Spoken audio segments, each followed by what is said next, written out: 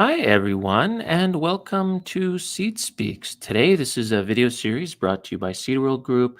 I'm Mark Zinkowitz, and I'm an editor with Seed World Group. And this season, if you've been tuning in, you'll know we're talking about all things weather related. And today, we're talking about a technological topic, specifically the topic of drones and weather. I'm joined today by two people who can definitely speak to the issue of weather. Kevin Falk is field modernization scientist, North America lead at Corteva Agriscience. Kevin has been a champion of precision agriculture for many years since I first met you, Kevin. I think it was back in 2018. Now, his work with Corteva focuses on leveraging cutting edge technologies to maximize crop yields and environmental sustainability.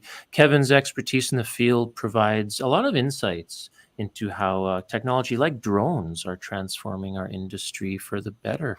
Welcome, Kevin. How are you today? I'm doing well. Good to see you.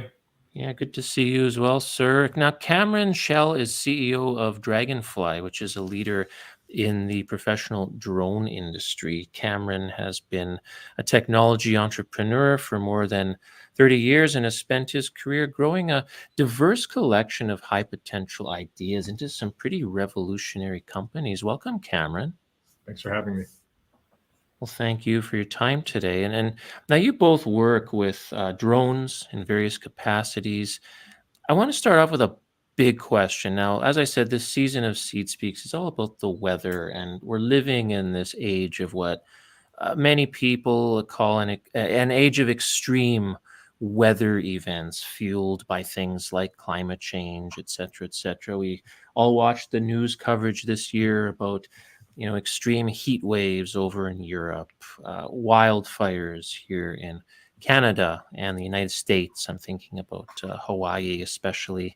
Now, Cameron, so many people are affected by these wildfires, extreme heat, and Dragonfly was actually awarded a multi-year wildfire mitigation services contract to deploy technology and act drone pilot crews to detect and map wildfires and hotspots here in Canada, across British Columbia.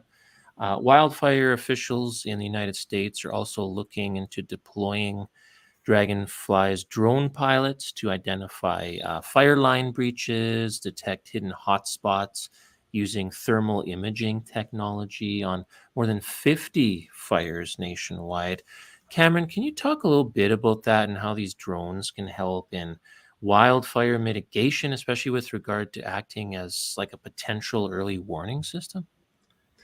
Yeah, I think there's probably four general categories or areas that you could divide where drones are likely to have some impact over the coming years. So the first area is probably preventative, and that's where there isn't a lot of work being done yet. Maybe we'll come back and touch on that. The second area is at the point that there is a live wildfire happening and drone crews are deployed to work in conjunction with the wildfire fighting crews to be able to take a look at where there are maybe breaches that you can't see from the ground. You may not have helicopter coverage or airplane coverage because they're busy doing other things, or in the case of British Columbia this year, there was over 300 fires that were burning. So they just didn't have the resources to, have that type of aerial observation. And so you're looking for those types of things. You're also using thermal cameras to look at hotspots, particularly at night, to see where there's ground fires or root fires that are burning, or areas that are maybe just missed during the day or look like they could flare up. And, so it's active work while the fire is happening. And we've had some incredible experiences this summer with the drones up during those active fires, and actually being able to get a real sense of what's happening with micro weather patterns that are on the side of mountains, or weather patterns that are changing because of the airflows and the temperatures of the actual fires in play, and where that might affect, the predictability of where hotspots might come up. And then the third area that's going to become active in the next couple of years as it relates to drones and wildfires will actually be active delivery of equipment. So this next year we'll be flying in, and we've been piloting and testing and beta work with flying in things like shovels and hoses and gas cans and waters and medical equipment, utilizing the drone so you don't have to task a whole helicopter to do it, and you can do it in a matter of minutes as opposed to waiting for the hours and the schedules, or putting this stuff up on ATVs and hoping it gets through in a number of hours. And then the fourth area that is probably a year or two away is actual suppression. And so you'll start to see drones working in swarms, doing suppression type work by dropping pellets and different types of retardants, not super heavy loads, but that's kind of like the big broad picture of what's happening in the immediate, currently and immediate future with wildfire fighting and drones. Wow. Now that's good news for the agriculture industry in general, as the seed industry, agriculture, farmers were really impacted and are impacted by these extreme weather events. And Kevin, I'm curious, like I said, I met you back in 2018. I believe it was at the National Association of Plant Breeders Conference in Guelph, Ontario. So you've had a big interest in plant breeding seeds for a long time, and I know you've been using all kinds of really cool like robotics, drones and things over the years. I'm curious, Kevin, as wildfires and extreme weather do have a huge impact on the agriculture industry, in your experience, like how can drones potentially be used by the seed agriculture sectors in general to mitigate the effects of extreme weather that Cameron's talking about? Do you have any thoughts on that? Yeah, I think the greatest potential of impact of the wildfires, the smoke, and it's the smoke on the crop growth and yield comes through the reduction of the sunlight that reaches the crop, right? So there are multiple mechanisms through which wildfire smoke could cause reductions in crop yields, and but the research that we've looked at is it's unlikely that the smoking conditions experienced over the past couple of years have had a measurable impact on crop yields in most areas. Now that research is largely done in the States. So, north of Edmonton or even north of Saskatoon or even here in Manitoba, we've had a lot more smoky days than they have there. So I'm not sure if there's any research being done how those smoky days have really impacted the crop. It'll be an area of research moving forward. The effects of wildfire smoke on both agricultural and natural ecosystems are likely to be an area of active research as these smoky days become more common. And I think that's one thing that we've seen from this year and last year compared to previous years. Now we're able to use drones as tools to measure the effect of the wildfire smoke. But from what I know, the direct efforts at this time is limited. However, indirectly, there is research going into utilizing spray drones to control vegetation surrounding like power lines in hard to reach areas. So think about northern Canada. Spray drones are looked to control vegetation where you can't get in a tractor or any other like ATV. And this would just control the vegetation around the power lines and reduce that possibility of high winds or lightning, causing trees to be, interact with those power lines, causing those arcs or fires to happen. And that's where wildfires often start. Yeah, well, and like you say, the technology in some ways really has to play catch up, because as we're faced with climate change, more extreme weather, I mean, we're needing to do things that, maybe we've either never had to do before or didn't think we would have to do potentially on an annual basis if this sort of thing is going to be happening more and more often, and speaks to the advancement of this technology. And Cameron, I'm curious, like as these extreme weather events continue to have effects more regularly on like every part of the planet, I'm thinking that these drone technologies have to become more sophisticated and have to keep adapting. Cameron, what is one of the major ways that Dragonfly's drones have advanced in recent years, recent months, to provide even better insights into the effects of these sorts of weather events?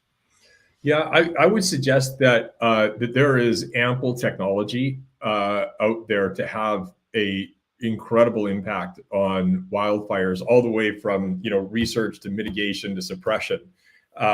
What's really coming into fold now is the realization by the operators, the firefighters and the regulators, that these drones can have an impact. There has slowly been enough effective use cases and demonstrations of such, including the work that we did this summer, where it's like, wow, this is a much bigger impact than we thought. And we can take existing technology today to have a huge impact on, controlling, measuring, and eventually even predicting somewhat, where these fires can be happening and how they can be, hopefully managed. So, some of the areas, it's not to say that there doesn't need to be more advancement, but there really hasn't been, a meaningful deployment of drones to learn, what the impacts are and what are the next things that we can do. There are so many very simple things that we can do that don't require AI or, incredible data sets. It's like, quite simply, probably the most meaningful advancement that we've seen in the last year or two is the introduction of our heavier lift drones. So our Commander 3XL drone is a 22-pound drone that can carry 24 pounds of payload. We have the heavy lift drone that's about 9 feet across that carries about 70 pounds of payload.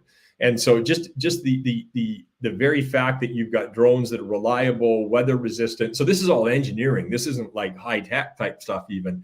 But the fact that you've got those types of things that now give optionality to bring in a chainsaw or bring in supplies, or not have to task helicopters to do these types of things, because you can run 15 missions of a drone and keep your really, really big resources and assets busy on other mission critical areas. Those are like very kind of operational things that will have the biggest impact over the coming year or two. And most of those aren't going to come from technology advancements. Most of those are going to come from operational experience. Now, in terms of technology advancements, for sure, we're now starting to see the opportunity of how to integrate all these different data sets, whether it's, weather data that we're either incorporating or collecting, right? Or satellite data or historical data, or, to include into these large data sets that right now don't even require AI to make any level of predictability. I mean, it's just kind of basic machine learning, or even just visualization of the data, where just things become obvious. You go like, whoa, we didn't know we had this data before, because nothing collects data better than a drone. And we've never really had, on a pervasive level before, the opportunity to have aerial coverage, over an area. You put up 10 drones in an area and you can be getting the most ridiculous data that you never thought was relevant. And so I think the collection of that data will start to gather some insights that will drive, first visualization, then machine learning, and then eventually AI into the promise. But I mean, there's such a delta of improvement that can happen just by incorporating what currently exists operationally. Well, and data, I love that word, the D word, because everybody's talking about that nowadays. We've got all this data that we can generate. What do we do with it? And Kevin, having tinkered with these sorts of technologies for so many years now, out in the field, and is there certain insights that this sort of data has helped you gain insights into different things about plant breeding, seed research? Are there a few important realizations or things that you've been able to learn over the years because of the data being generated by this technology? Yeah, definitely. I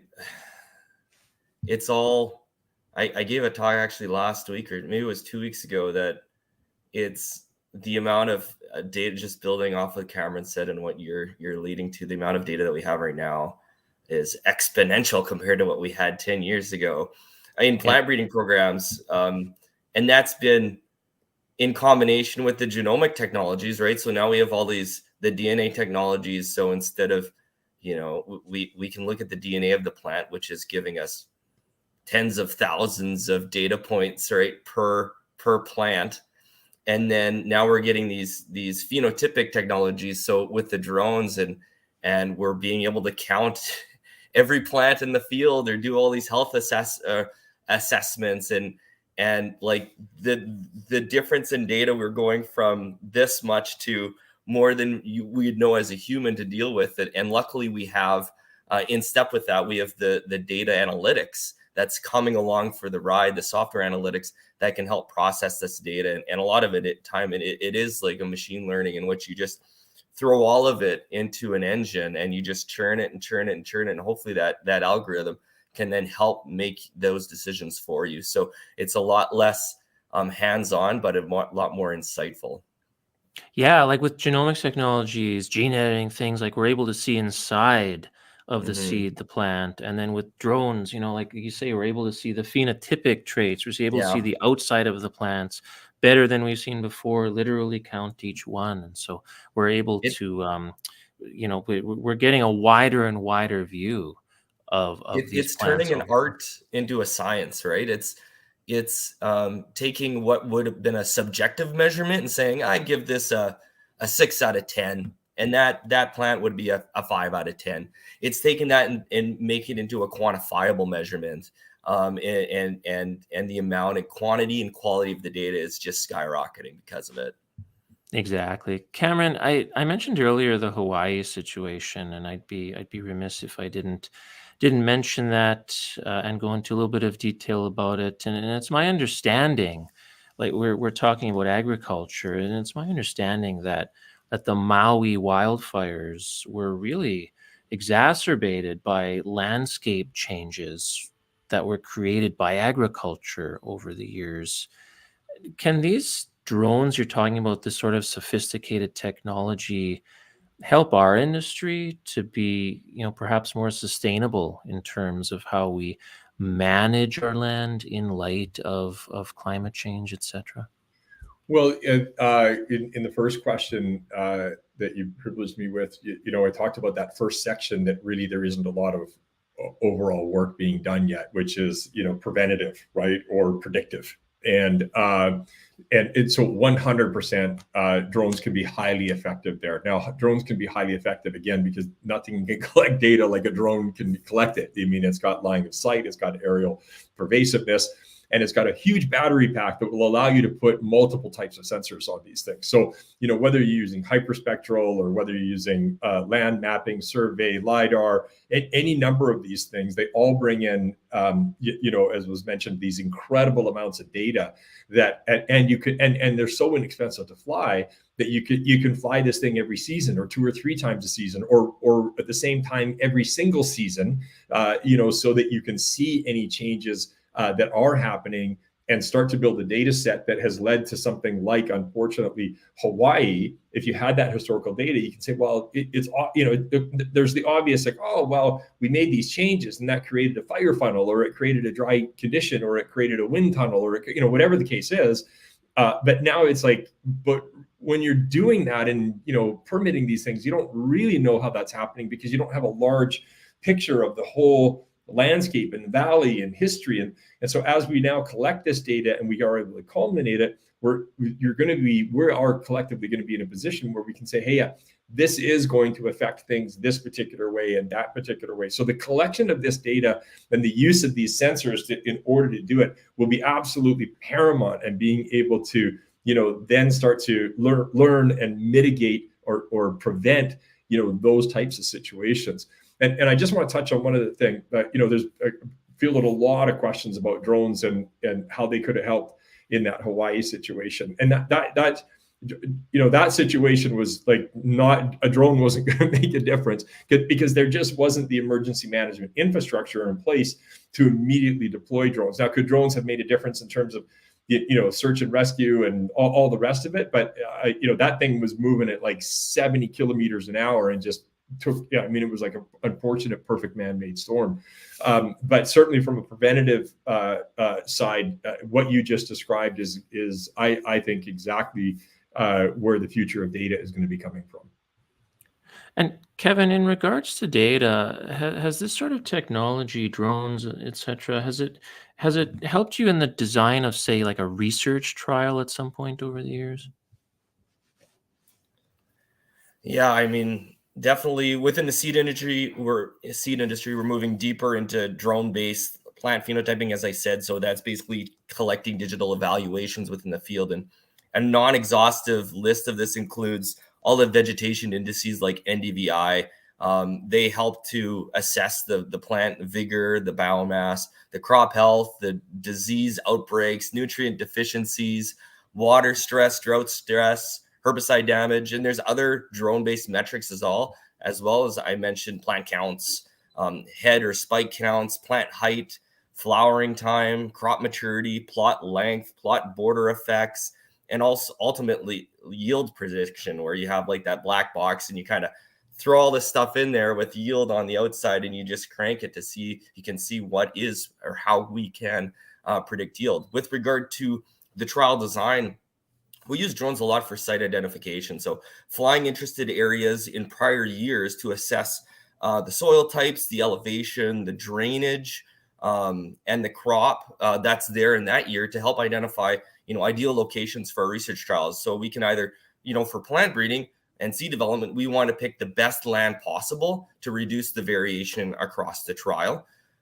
For crop protection, it's more we want to locate a desired stress, such as a key pest like a disease, a weed, an insect, or an environmental stress. So if there's a slope or an area prone to drought or flooding, we can do that all with drones. Now, in past research trials, we've created a size dependent on the research equipment. So, our plot combine, we need to haul it from site to site. So the plots' size are, to fit that plot combine. But I think the size of future research trials would be sized to fit this size of drone or sensor. For example, you can reduce the size of the plots and increase the number of replicates of those plots. So keeping your area the same, and that your field area the same, but reducing the size of the plots, getting more reps, because the drone's footprint may be smaller or whatever, because the number of evaluations could then be higher, because drones, it really doesn't matter how many evaluations you have, whereas with a human, people get tired over time. So there's lots of changes to our trials and how we conduct them that are brought forth with drones. Well, you both touched on something that I want to end with here before I let you guys go for the day, and that is the future. I like to end these things on a futuristic note. And Cameron, is there something coming down the pipe that you find particularly exciting? I know you actually using drones to seed crops is something that I have read about before. And in terms of technologies coming down the pipe, Cameron, is there one particular thing that really, really excites you? Well, you might still be on mute. One moment. That was my There bad. we Sorry. go. What excites me the most right now is operationalizing all of these things, as a standard operating procedure, where it's almost like the first thing that happens is a drone is sent up, right, to deal with it if it's a wildfire situation. As an example, a couple of things that do really excite me is the new types of data that can be collected. So, having folks like Kevin, gain those insights and then say, hey, can your hyperspectral camera do this, with this grayscale or this, because it means that. And that's, I think we're in store for some incredible insights in the ag business. I know we were talking wildfire, but in the ag business in particular, a number of years ago, we did a project where we were counting flies on the back of livestock because it was a methane indicator. It just like things that you would never think of that have huge bearing. As it relates to seed, drones can drop or shoot seeds, but really understanding what that seed pack needs to do, or what the impact of it is coming from a drone, or how to optimize those types of things, right? Really kind of getting that the drone piece is the engineering piece of that. The science is really what Kevin does, and how does it interact with the engineering in order to get that optimal growth for for whatever type of tree it is that is being planted. I think those types of things. I think the efficiencies that are coming down the pipe over the next 5 to 7 years will make ag and forestry almost unrecognizable by the last generation. Kevin, I'll give you the last word. Is there one, if you had your wish of, boy, I wish, we could do this with the drone, or I wish this was possible. If is there one thing that you would like to see come to fruition in that regard? Yeah, I think what's interesting to me right now is drone spraying seems to be coming down the pipe, and I know Dragonfly has a precision spray drone, and I saw a tweet last week from Tom Wolf, who is one of Canada's kind of spray research leaders, who's doing some work with spray drones here in Canada to evaluate different new spray drone models. And there's research being done by Ag Canada's PMC also to evaluate drone spraying and drone spraying drift and that sort of thing. There's just some really interesting work being done in Canada, including building weed and spray maps and spraying those weeds with spray drones, including now I've seen some fixed wing drones, which might be better suited for the large areas that we might have to cover here in Canada. But spray drones aside, I think one thing that I've really noticed recently is the availability, affordability, the data accessibility, and the ease of use of drones. This goes from the hardware to the software. It's at the point where, for the most part, the drones fly automated flight plans with data processing and insights that are at the fingertips of non-experts, and drone technology is continuing to transform the way that agriculture is conducted. It's empowering a wide range of users to benefit from these drones, from monitoring crops to assessing environmental impacts and mitigating the effects of extreme weather on agriculture. The future of drones in agriculture, and whether it be collecting data from your crops or mitigating the effects of extreme weather, it's definitely bright. Yeah, they say technology is kind of like the great equalizer, where anybody can use it, and it kind of puts more and more people on an even playing field. So, no, thank you guys for your time today.